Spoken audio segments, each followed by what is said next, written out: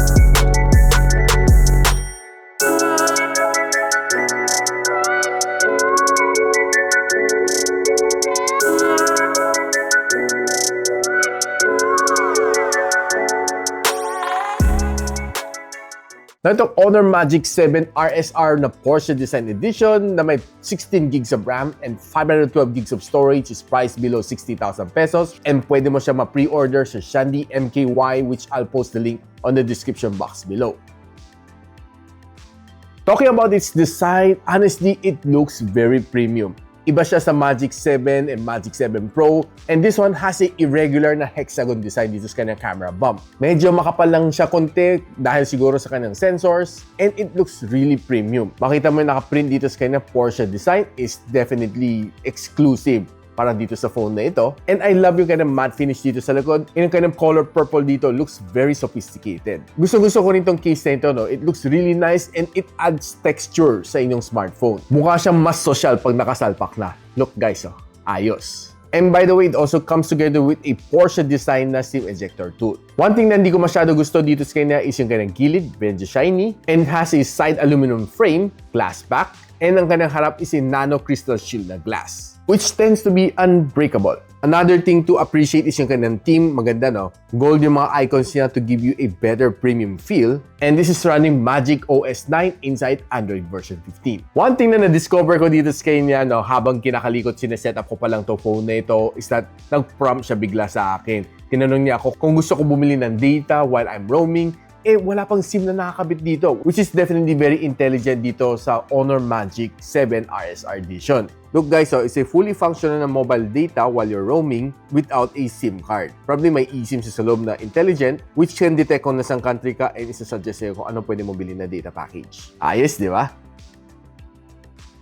Now, this phone is being powered by the Qualcomm Snapdragon 8 Elite. And nung sinalang ko to sa Antutu benchmark, ang taas ng score na nakuha natin, roughly a 2.6 million na Antutu benchmark score. Ito ang kanyang breakdown. 6,300 ang kanyang loops score and 66% ang kanyang stability sa Wildlife Extreme. Ito ang score na kuha ko dito sa Geekbench sa kanyang CPU benchmark, and ito naman sa kanyang GPU benchmarking. Looking good naman kanyang thermals and it throttled to 87% ang kanyang best performance. Now, malaki naman ang battery nito, 5,850 mAh na silicon carbon na battery, which can support up to 100 watts na Honor Supercharge and 80 watts na wireless charging support. Now, itong phone na ito is as heavy as yung mga Xiaomi 15 Ultra and probably the same weight as yung mga X200 Ultra ni Vivo. This is at around mga 228 grams. Honestly, yung charging experience ko dito is quite fast and it was really good, no? Charging from 0 to 100 takes you around mga less than 30 minutes. Tapos ka na mag-charge dito. And probably sometimes kung nagkakape ka in the morning, pagtapos mo magkape and mag-toothbrush, halos tapos na mag-charge ang iyong smartphone. Tinry ko naman i-run ang kanyang screen on time dito sa PC Mark na battery stress test. Binigyan ng 15 hours and 45 minutes based to sa 50% brightness and 60 Hz na screen refresh rate. Now, tinry ko naman both Globe and Smart SIM dito on this phone. Mabilis naman siya makakasagod ng 5G. Wala kang maging problema here in the Philippines. And nung niran ko speed test dito sa loob na aking studio, mataas ang score na kuha natin, 461 ang kanyang download speed and 47 Mbps ang kanyang upload speed. For me, quite fast. Now right now, pag-usapan natin ng display. This one has a 6.8-inch na LTPO OLED display with 120Hz of screen refresh rate and a maximum brightness of 5,000 nits. 91% ka ng screen-to-body ratio, and this one has a nano crystal shield glass na protection. Also, meron din siya IP68, IP69 na dust and water resistance. Pero disclaimer, huwag nyo gagamitin to pang underwater photography. Alam ko, summer na, pero please, iwasan niyo yun. One of the good things dito sa kanya, it has a quad curve display, which for me, I love yung mga curved screen display, and probably there are some people na hindi mahilig sa mga curved screen display. Swiping from the left and right is definitely smooth, up and down, smooth na smooth siya dahil hindi siya ma-edgy, dahil curve ang kanyang gilid. But you can always contact yung mga dome glass na installers like si Sabs Asahi Dome Glass by Gadget7 or si Queen Kim Dome Glass. Now, ang browsing experience ko naman dito on this phone is definitely smooth. Browsing on my favorite socials. Wala akong masasabi dito dahil maganda ang kanyang display. It gives you a really good experience dito, swiping on Facebook, on Instagram, or on Twitter, or on TikTok. Talaga mapapaswipe ka kasi ang smooth and very battery smooth naman ang experience ka dito. And if you're watching naman your favorite shows dito, be it mga anime shows, basketball game, or just simply mga music videos, expect that you'll be getting your money's worth dahil very immersive ang experience mo dito. Now, pagdating naman sa sound, this one has stereo speakers. 5 butas sa ibabaw and 6 na butas dito sa ilalim. Check lang natin kung gaano kalakas.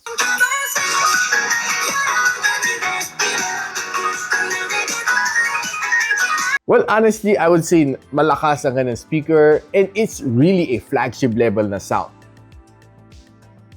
And since this is a flagship level chip inside si Qualcomm Snapdragon 8 Gen 3, and I did play 4 games dito sa phone na ito. Playing Genshin Impact, Wuthering Waves, Farlight 84, and Call of Duty Mobile. Pagdating sa Genshin Impact, expect magandang kanyang bakbakan. And to my surprise though, kahit sagad-sagaran ko yung kanyang graphical settings, talagang okay na okay siya. Wala akong na-feel halos na frame drops, and quite good ang aking game experience dito sa kanya. The sounds is good, the touch response is fast. Kahit mag-clash ka, wala ka mapapansin halos na frame drops dito sa kanya. One of the upside dito sa kanya is you'd enjoy yung kanyang graphics dito kasi ang ganda rin ng kanyang display. And one surprise that I can tell you is that malamig siya at 36 degrees Celsius. Pagdating sa Wuthering Waves, expect mo na kayang-kaya mo rin isagad ang kanyang graphical settings dito. I would tell you na probably this is one of the phones na talagang ma-enjoy mo ng sagaran tong Wuthering Waves dahil siguro optimized siya dito sa Magic7 RSR. One thing na napansin ko sa kanya dito is magandang kanyang sounds and talagang mag-enjoy ka dito sa kanya. And hindi rin siya mainit after an hour of gameplay at 39 degrees Celsius. Pagdating sa Farlight 84, kahit sagad-sagarin mo ang kanyang graphical settings, parang mani-mani na lang sa kanya. Sobrang okay ang kanyang gameplay dito, wala ka mafe-feel na lags, and one of the things na napansin ko, pag tumatakbo tapos bigla ka mag-sniper scope, hindi siya maglalag. Kahit medyo mag-clash kayo on a certain point, talagang wala kang mapapansin na pag-slow down sa kanya or mga frame drops. And one thing na nagustuhan ko rin dito sa kanya is maganda ang kanyang touch response. Definitely giving you a very nice gaming experience dito. Ang pinakamainit na inabot ko is just 35 degrees Celsius after an hour of gameplay. Pagdating sa Call of Duty Mobile, definitely wala kang maging problema dito. Sagad-sagaran ka ng graphical settings or pwede mo rin yung sagadan ka ng frame rates. Definitely you'll be getting your money's worth dito sa phone na ito when you're playing Call of Duty Mobile. Sobrang smooth, sobrang enjoyable, and ang ganda din dito sa kanya is maririnig mo ang footstep coming from the left and coming from the right dahil sobrang ganda ng kanyang speakers dito. And pinakamain na inabot ko dito sa kanya after an hour of gameplay, 36 degrees Celsius. Now, syempre, pag-usapan na natin ang camera niya. This is probably the highlight dito sa phone na ito. Starting off with a 50MP na main camera sensor with OIS. Meron siya multi-directional PDAF. And of course, may LiDAR autofocus din siya. And this is being powered by the OmniVision OV50K, followed by 200MP na periscope telephoto lens with up to 3 times optical zoom, and you can zoom you up to 100 times sa photo and 10 times sa video. 50MP naman ang kanyang ultra-wide lens with 122 degrees sa field of view. This one can shoot you up to 4K and 60 FPS. Hindi siya umabot ng 8K. Pagdating sa front-facing camera, 50MP ang kanyang main camera sensor, and mapapansin mo is a double punch hole dahil meron siyang biometric sensor. This one can also shoot you up to 4K and 60. So right now, pag-usapan natin sa photos na nakuha natin from the Magic7 RSR. Starting off with this very simple shot. Now, honestly, I was really surprised. Kahit medyo gloomy ang weather condition, pag-snap ko nitong photo, just a quick snap, nakakuha ko ng magandang photo dito. The building is sharp, pati itong mga dahon din sa gilid na looks still sharp naman. And honestly, itong photo ito looks very dramatic. Pagdating naman sa shot na ito, honestly, kahit medyo gloomy siya, I would say na still very good and very decent ang photo na ito. Now, if you're just simply walking around, panning around, makakuha ka naman some really good shot using this camera. Napaglaro naman natin different lenses na meron dito sa camera nito, starting off with a ultra-wide shot, 1 times, 2 times, 3 times, 6 times zoom, still very sharp, 12 times zoom, 50 times zoom, medyo lumalaban na siya ng konti. And this is a 100 times zoom. Now, honestly, ito digitally zoom na is not so bad, but there are other brands that can perform better than this one, like the Xiaomi 15 Ultra. Kung mga flower shot naman kinukuha natin, expect to give you a really nice natural snap dito. And honestly, can get better kasi ang ganda naman ng camera niya talaga dito sa Magic 7 RSR. And more flower shot na kinuha natin, talagang mag-e-enjoy ka dito sa kanya kasi ang ganda naman talaga ng mga output na makukuha mo. Kahit kumuha ka ng mga shots like this sa mga libro, makita mo still very readable lahat ng mga titles, mga authors dito sa simple shot na ito. Pati itong mga jewelry shot na ito looks really nice. Mukha siyang litaw na litaw ang kanyang kulay. So if you're going for indoor low light photography ng mga food, expect to give you some really nice shot din dito sa kanya. Honestly, yun naman talaga expectation ko dito sa Magic 7 RSR na would be able to give you some really nice snap dahil this is the flagship top of the line level ng Magic 7 series ni Honor. Scrolling dito sa mga food shot na nakuha natin, magaganda naman mga na-capture natin. Na kung indoor flower photography naman, expect mo naman na maganda rin naman makukuha niya. Pati itong mga flowers na nakuha natin, looks really nice and sharp. Pati itong mga gown shot na nakinuha natin, well, honestly, it looks good. Pati itong indoor low light signage, maganda rin ang pagka-capture niya. I love this shot. This is another shot na nagustuhan ko rin from the indoor. Pagdating sa kanyang front-facing camera, this is where things is getting bad. Makita natin, I'm not really convinced sa kanyang front-facing camera as a flagship level. Well, mapapansin mo sa mga outdoor selfies ko, medyo parang overexposed ako or namumuti ako and it lacks details based sa aking observation. I'm not quite satisfied sa mga shots na nakuha ko from the front-facing camera and honestly, not even a single bit sa kanyang outdoor photography. Ito na siguro pinakamatinong shot na nakuha ko sa kanyang selfie camera but I'm still not really that much convinced. Pagdating sa indoor, things gets worse. Mas makita mo, soft na siya sa ibang mga flagship camera. Kahit indoor, sa selfie camera, maganda pa rin ang kanyang output. This one, smudgy. Parang mga mid-range smartphone na below 20,000 pesos lang ang output niya. Pagdating naman sa front-facing vlogging, equally same din as yung mga photo na hindi ako talaga convinced sa kanya. Soft and smudgy din ang mukha ko dito. Pero naman sa kanyang rear camera, doon siya bumabawi. Maganda naman mga videos makukuha mo dito and very smooth, Makita mo, I'm just using my bare hand and very, very smooth ang video na ito. Now, probably one thing na mapapansin mo dito sa kanyang camera is medyo nakakabitin ang kanyang zooming capability. Itong smartphone na ito can only zoom you up to 10 times zoom, which I think medyo bitin para sa isang flagship na smartphone.